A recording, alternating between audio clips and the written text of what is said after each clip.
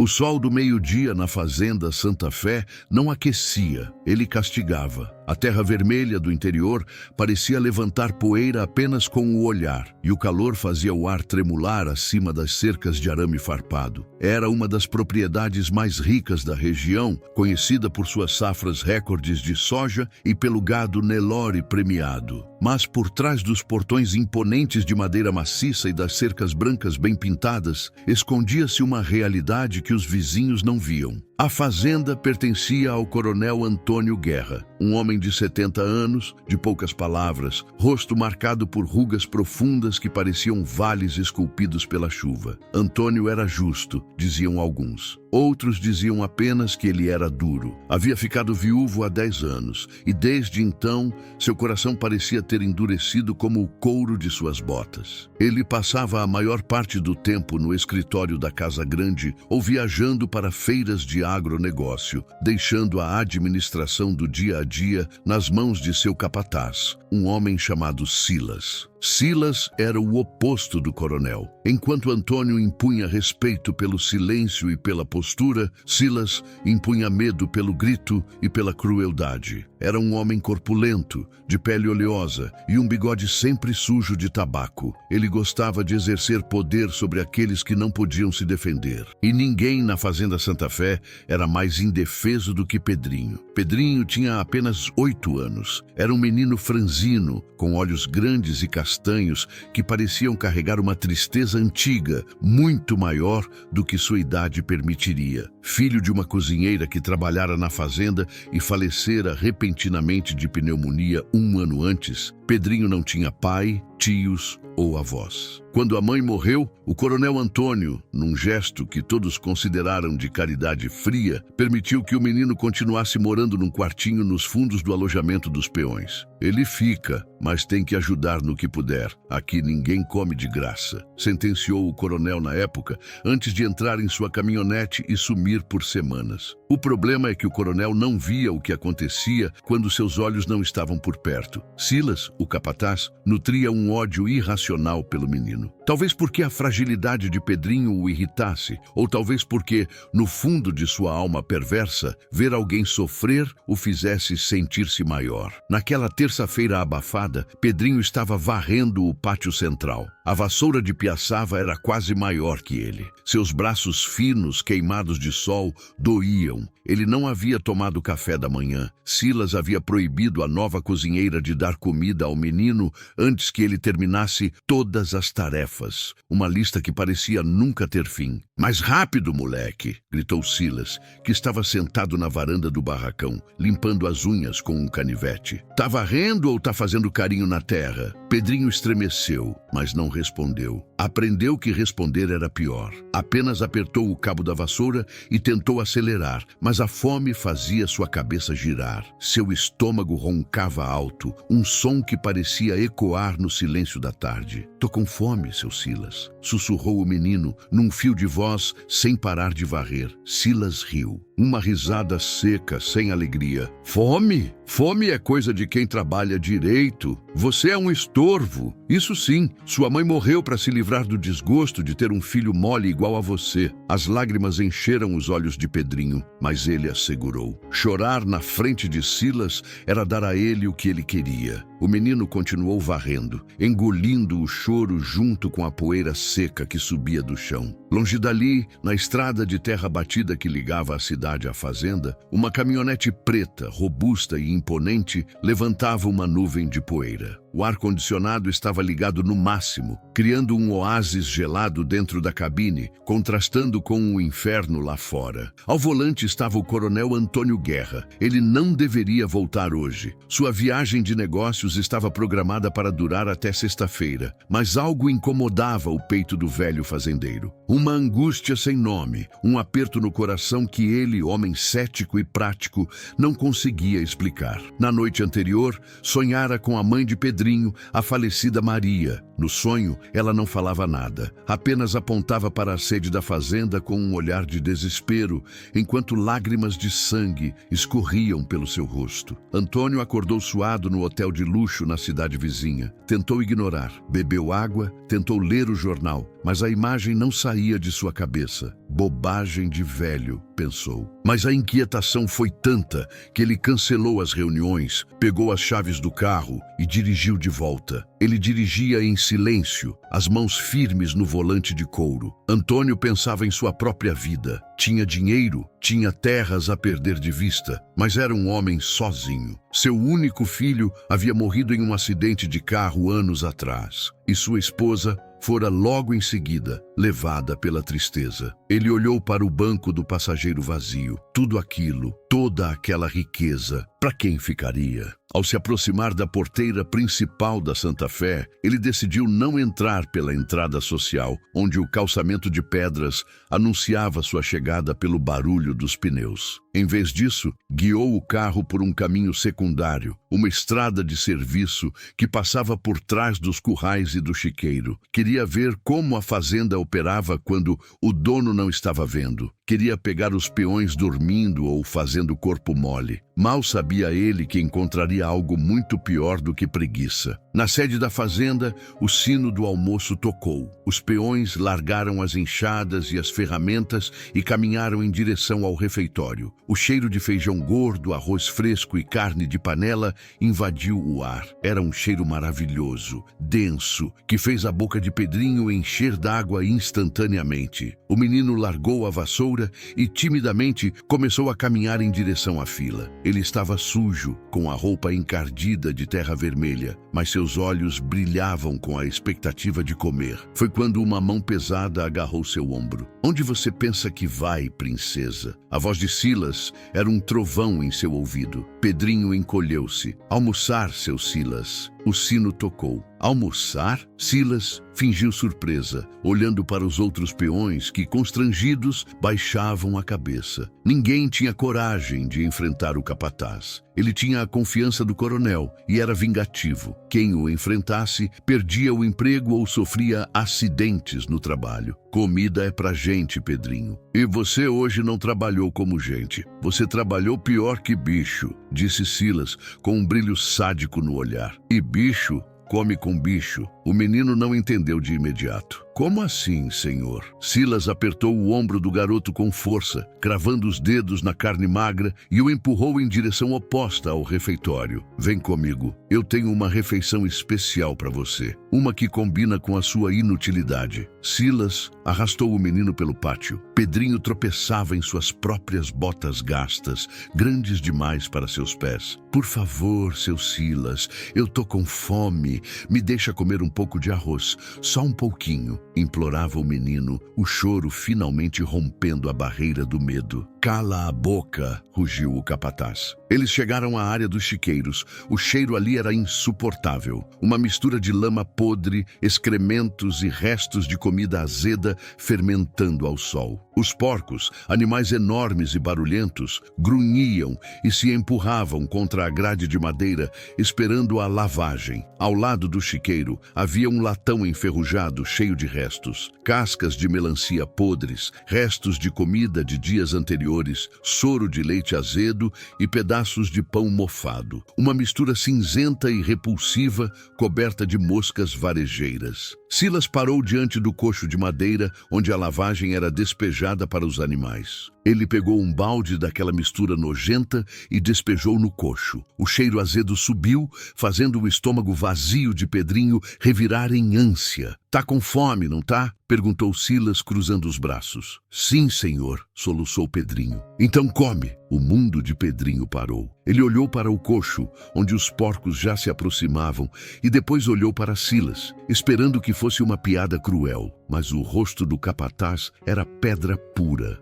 Comer a lavagem?" gaguejou o menino. "É comida, não é? Tem arroz aí, tem casca de batata. É tudo o que um lixo como você merece. Anda!" gritou Silas, dando um tapa na nuca do menino, empurrando seu rosto para perto do coxo imundo. Se não comer, vai apanhar de chicote até o lombo ficar em carne viva. Escolhe.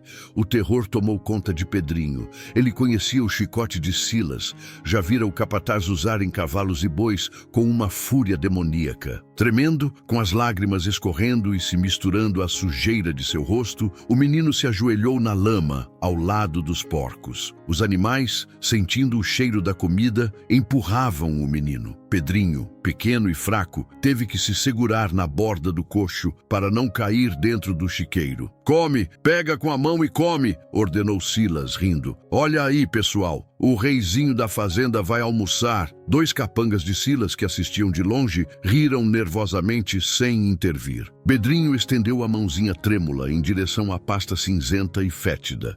O cheiro era de morte, de podridão. Ele fechou os olhos, imaginando o rosto de sua mãe, pedindo perdão a Deus por ter nascido, por ser tão miserável. Ele pegou um punhado da lavagem. O líquido escorreu por seus dedos. Ele aproximou da boca, soluçando, o corpo convulsionando de nojo e humilhação. "Isso", sussurrou Silas, com um prazer doentio. "Engole." O que Silas não viu, por causa do barulho dos porcos e de sua própria arrogância, foi que a caminhonete preta havia parado a 50 metros dali, atrás da sombra de um enorme flamboyant. Antônio Guerra havia descido do carro. Ele caminhava devagar, apoiado em sua bengala de madeira de lei, mas seus passos eram silenciosos na terra fofa. Ele tinha visto tudo. Vira o capataz arrastar o menino, ouvira os gritos. E agora via a cena que faria qualquer ser humano com um pingo de alma cair de joelhos. Ele via um menino de 8 anos, órfão,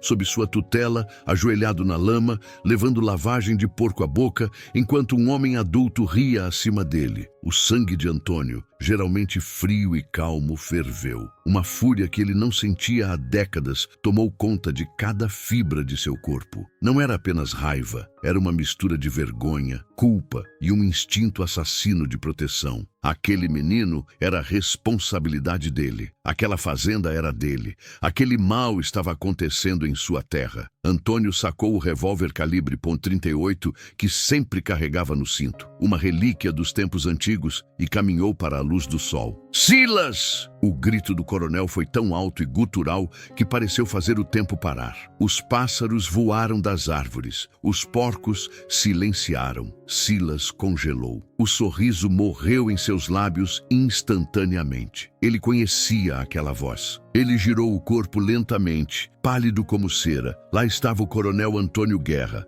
mas não era o velho cansado que Silas conhecia. Parecia um gigante, o rosto vermelho de ódio, as veias do pescoço saltadas, a arma na mão direita apontada para o chão, mas pronta para subir. Pedrinho, com a mão suja de lavagem ainda perto da boca, olhou para trás, aterrorizado. Ao ver o dono, ele largou a comida podre e se encolheu, achando que apanharia também do patrão por estar comendo a comida dos porcos. Coronel, gaguejou Silas. O senhor voltou cedo. Eu posso explicar. Eu estava apenas ensinando disciplina ao... Cala a tua boca imunda, trovejou Antônio avançando. Ele não precisava da bengala agora. A raiva o sustentava. Ele chegou perto de Silas. O capataz, que era um homem grande, encolheu-se diante da autoridade esmagadora do fazendeiro. Você... Antônio apontou o dedo trêmulo para o menino ajoelhado na lama e depois para o coxo. Você estava obrigando uma criança, um ser humano, a comer lavagem? Era brincadeira, patrão, tentou mentir Silas levantando as mãos. Era só para ele ficar esperto, ele não trabalha, ele é preguiçoso. Antônio não esperou. Com um movimento rápido e surpreendente para sua idade, ele girou a mão esquerda e desferiu um tapa estalado no rosto de Silas. O som foi seco e violento. O capataz cambaleou. Preguiçoso é você, seu covarde, gritou Antônio. Ele olhou para Pedrinho. O menino tremia incontrolavelmente, sujo de lama e restos azedos. O coração de Antônio se partiu em 1000 pedaços. Ele viu, naquele menino, a fragilidade de seu próprio filho falecido. Viu a falha dele mesmo como homem por ter permitido que aquilo acontecesse debaixo do seu nariz. Antônio guardou a arma no coldre. Ele não sujaria suas mãos de sangue com um verme como Silas. Havia punições piores. "Levante-se, Pedrinho", disse Antônio, a voz mudando bruscamente de um trovão para uma brisa suave. O menino não se moveu, paralisado de medo. O velho coronel, ignorando sua dor nas costas e suas roupas de linho caras, ajoelhou-se na lama. Ele não se importou com a sujeira do chiqueiro. Ele pegou as mãos sujas de Pedrinho nas suas. "Ninguém vai te machucar, nunca mais", disse Antônio, olhando nos olhos do garoto. Ele tirou um lenço branco do bolso e limpou o rosto do menino, tirando a sujeira da lavagem de seus lábios. "Vem comigo." Antônio pegou o menino no colo. Pedrinho era leve demais para uma criança de 8 anos, o que só aumentou a fúria do coronel. Com o menino nos braços, Antônio se virou para Silas, que estava com a mão no rosto, humilhado na frente dos peões que começavam a se aglomerar para ver a cena. "Silas", disse Antônio com uma voz gelada, baixa, que era muito mais assustadora que seus gritos. "Você tem 10 minutos para pegar suas coisas e sumir das minhas terras. Se eu te vir aqui depois de 10 minutos, eu juro pela alma da minha esposa que eu te jogo dentro desse chiqueiro e deixo os porcos terminarem o serviço. Mas, patrão, eu tenho família, Você não tem nada", explodiu Antônio novamente. "Um homem que faz isso com uma criança não tem nada. Você é menos que esses porcos. Pelo menos os porcos não têm maldade. Eles agem por instinto. Você age por ruindade. Suma!" Silas correu como o covarde que era, tropeçando em direção ao alojamento. Antônio caminhou com Pedrinho nos braços até a casa grande. Ele entrou pela porta da frente, algo que nenhum funcionário, muito menos um órfão sujo de chiqueiro, jamais fizera. A governanta, Dona Marta, veio correndo ao ver o patrão sujo de lama segurando o menino. "Meu Deus, seu Antônio, o que aconteceu? O menino está ferido." "Prepare um banho, Marta. O banho mais quente e cheiroso que essa casa já viu", ordenou Antônio. "E depois quero que ponha à mesa, na sala de jantar." "Na sala de jantar, senhor? Para o menino? Para o meu convidado. E mande fazer tudo o que ele quiser comer. Bife, batata frita, bolo, tudo." Antônio levou Pedrinho pessoalmente até o banheiro da suíte de hóspedes. Ele ajudou o menino a tirar as roupas imundas e o colocou sob a água morna do chuveiro. Enquanto a água levava embora a lama e o cheiro azedo da lavagem, Pedrinho começou a chorar. Não o choro contido de antes, mas um choro de alívio, de quem solta um peso do tamanho do mundo. Antônio sentou-se num banco no banheiro,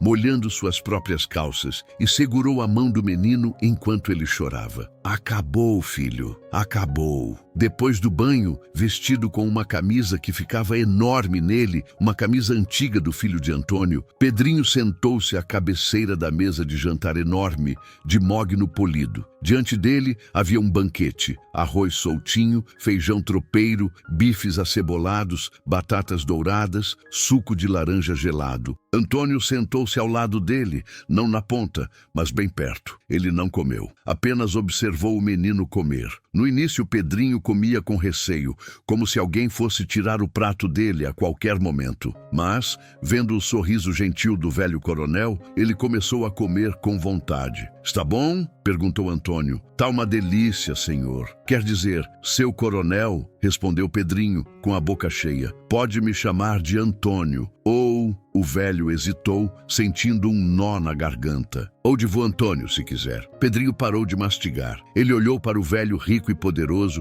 depois para o prato de comida, e depois para a janela, onde o sol começava a se pôr, pintando o céu de laranja e roxo. "Vô Antônio?" testou o menino. Soava bem, soava como família. Nos dias que se seguiram, a fazenda passou por uma revolução. Antônio demitiu todos os capangas de Silas. Contratou uma equipe equipe nova, exigindo referências de caráter, não apenas de força bruta. Quanto a Silas, a notícia correu rápido na região. Expulso da Fazenda Santa Fé por crueldade contra uma criança, ele tentou arrumar emprego nas fazendas vizinhas. Mas no mundo rural, as notícias voam. Nenhum fazendeiro, por mais duro que fosse, queria um homem capaz de fazer um menino comer lavagem em suas terras. Quem faz isso com criança, rouba patrão, diziam. Desmoralizado e sem dinheiro, Silas acabou tendo que sair do estado, fugindo como um rato, carregando apenas a vergonha e a certeza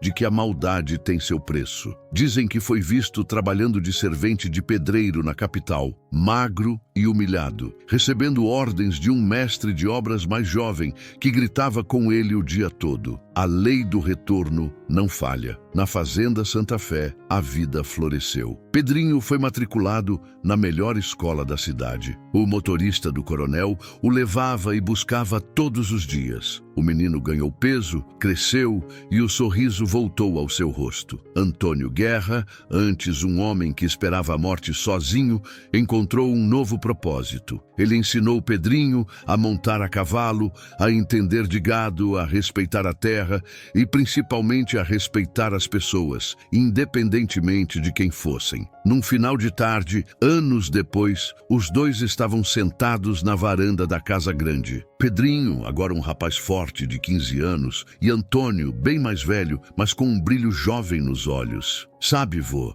disse Pedro, olhando para o horizonte. "Às vezes eu penso naquele dia, no chiqueiro." Antônio apertou a mão do rapaz. "Aquele dia morreu, Pedro. O que importa é o hoje." "Eu sei, mas eu penso, se o senhor não tivesse voltado, se tivesse seguido viagem." Antônio sorriu, olhando para o céu. "Eu não voltei porque quis, meu filho. Alguém me chamou. Sua mãe me chamou. Deus me chamou. Nada acontece por acaso. Aquele dia foi o pior dia da sua vida, mas foi o dia que salvou a minha. Porque foi o dia que eu deixei de ser apenas um coronel rico para virar um pai de novo." O sol se pôs sobre a Fazenda Santa Fé, iluminando não apenas a soja e o gado, mas um lar onde a justiça e o amor haviam finalmente vencido a escuridão. E no chiqueiro, agora limpo e automatizado, os porcos comiam sua ração, e nenhum ser humano jamais foi tratado como bicho naquela terra novamente. Porque ali, o dono aprendeu que a verdadeira riqueza não está no que se tem no banco, mas em quem se tem ao lado, na mesa de jantar.